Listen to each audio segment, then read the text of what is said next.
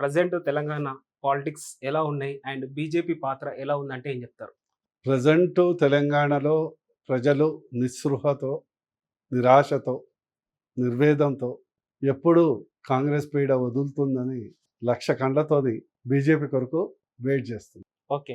ఎప్పుడు ఈ ప్రభుత్వం 3 ఏండ్లు అయిపోతుంది, ఎప్పుడు ఎన్నికలు వస్తాయి, కాంగ్రెస్ని అదే హైడ్రాతో పాటు మూసీ నదిలో కలిపి బీజేపీకి మోడీ గారి నాయకత్వంలో డబుల్ ఇంజిన్ ప్రభుత్వాన్ని తీసుకురావాలి. తద్వారా ఒక్కసారి బీజేపీకి ఛాన్స్ ఇవ్వాలి. ఎందుకంటే గత 78 సంవత్సరాలుగా కాంగ్రెస్కి ఇచ్చారు, బీఆర్ఎస్కు 10 సంవత్సరాలు ఇచ్చారు. ఈసారి బీజేపీకి ఇవ్వాలి. దేశం, ధర్మం, డెవలప్మెంట్ కొరకు పనిచేసే బీజేపీకి ఇవ్వాలని అనుకుంటున్నారు. ఇది అతిశయోక్తి కాదు. నేను బీజేపీ నాయకుడిగా చెప్పట్లేదు. అందరూ ఇక చెప్పాలంటే ఇక మన తలరాత అనుకొని భరిస్తున్నారు ఈ ప్రభుత్వం. ఓకే సార్, మీరు అలా ఎందుకు అనుకుంటారు సార్? కాంగ్రెస్ వాళ్ళు ఏమంటున్నారు అంటే ప్రజల పాలన వచ్చింది అనేసి అంటున్నారు. మీరేమో ఇంకా 3 సంవత్సరాలు ఎప్పుడైపోతుంది అనేసి మీరు అంటున్నారు. అది మీరు మహేష్ బెస్ట్ ఏంటంటే మీరు 10 మందిని ర్యాండమ్గా ఇంటర్వ్యూ చేస్తే తెలుస్తుంది కదా.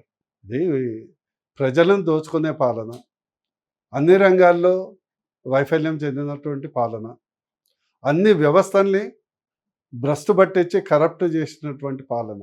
ఇది కాంగ్రెస్ ప్రభుత్వం అంటేనే కరప్షన్, కమ్యూనలిజం, క్యాస్టిజం. ఇది కాంగ్రెస్.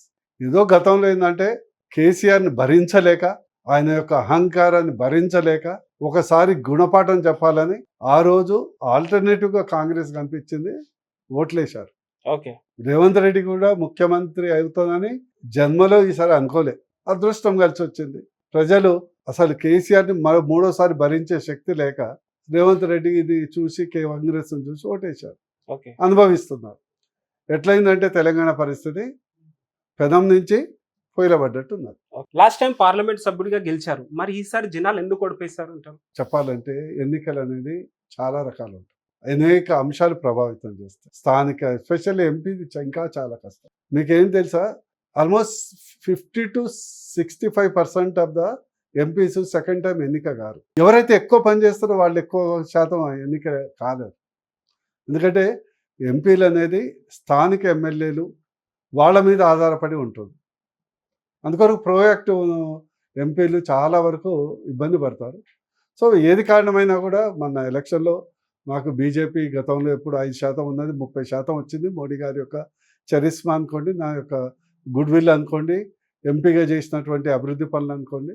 డెఫినెట్లీ ఓటమి గెలుపు అనేది మమ్మల్ని కుంగించవు. నాదొకటే లక్ష్యం, బీజేపీ రావాలి. తెలంగాణలో బీజేపీ మార్కు ప్రభుత్వం పనితీరు చూపెట్టాలనే నా లక్ష్యం. దాని కొరకే ప్రయత్నం ఉంటుంది.